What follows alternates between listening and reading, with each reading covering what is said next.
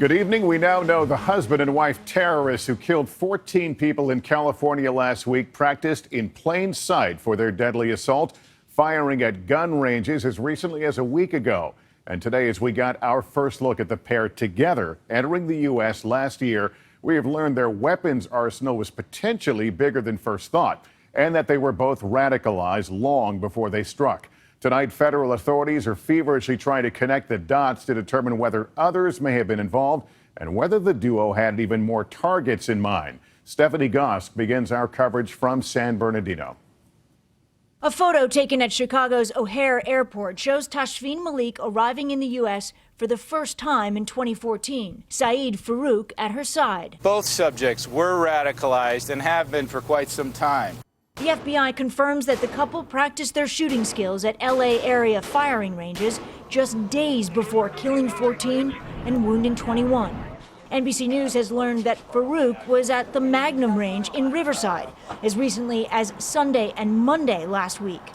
A source closely tied to the range says he was there for hours and was a pretty good shot.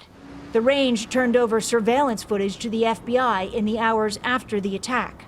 Investigators say they are meticulously trying to recreate the shooting inside the Inland Regional Center. Do you have any sense at this point who was in control during the attack?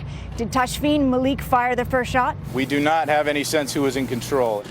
Today, Farook's father made no comment as he entered his home after telling an Italian newspaper over the weekend that his son was obsessed with Israel and shared the same ideology as ISIS leader Abu Bakr al-Baghdadi.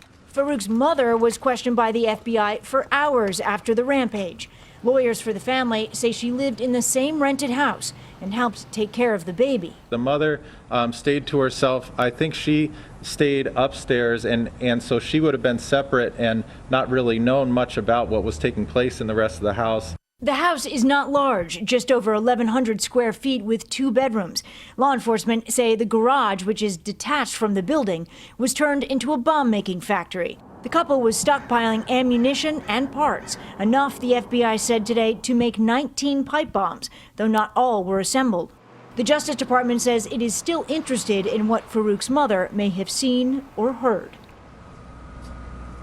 Tonight we are getting our first up-close look at the Inland Regional Center. There are people that came here today to pick up their cars. There is still police tape surrounding this complex. Lester, it is still very much an active crime. Hey, NBC News fans, thanks for checking out our YouTube channel. Subscribe by clicking on that button down here, and then click on any of the videos over here to watch the latest interviews, show highlights, and digital exclusives. Thanks for watching.